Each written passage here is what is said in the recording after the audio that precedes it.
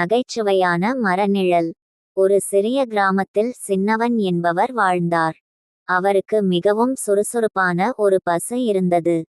அந்த பசுவுக்கு ஒரு தனித்தன்மை இருந்தது. அது தனது குரலை கத்திக்கொண்டு கிராமத்தையே அலர்ட் செய்யும். ஒரு நாள் சின்னவன் தனது பசுவை ஒரு பெரிய மரத்துக்கு அடியில் கட்டினார். காலங்காத்து சூடு அதிகமாக இருந்ததால் சின்னவன் மரத்தடி நிழலில் தூங்க ஆரம்பித்தார். திடீரென்று பசு கத்த ஆரம்பித்தது. ஆ! சின்னவன் பயந்து எழுந்தார். ஏன் பசுவே, புலியா வந்துருச்சா?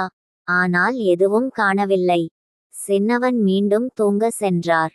சில நிமிடங்களில் பசு மீண்டும் கத்தியது. ஆ! அந்த சமயத்தில் சின்னவன் கண்ணுக்குள் ஒரு குழம்பு விழுந்தது. மரத்தின் மேலிருந்து ஒரு கரடி கீழே இறங்கி வந்தது.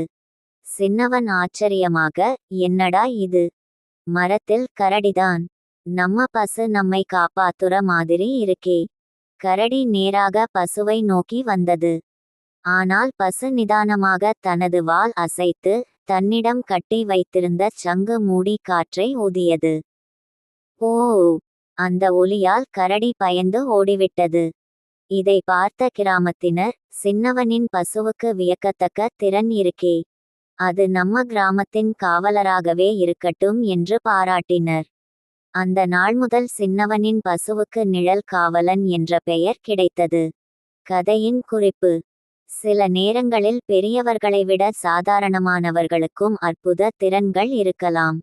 இது எப்படி இருக்கு?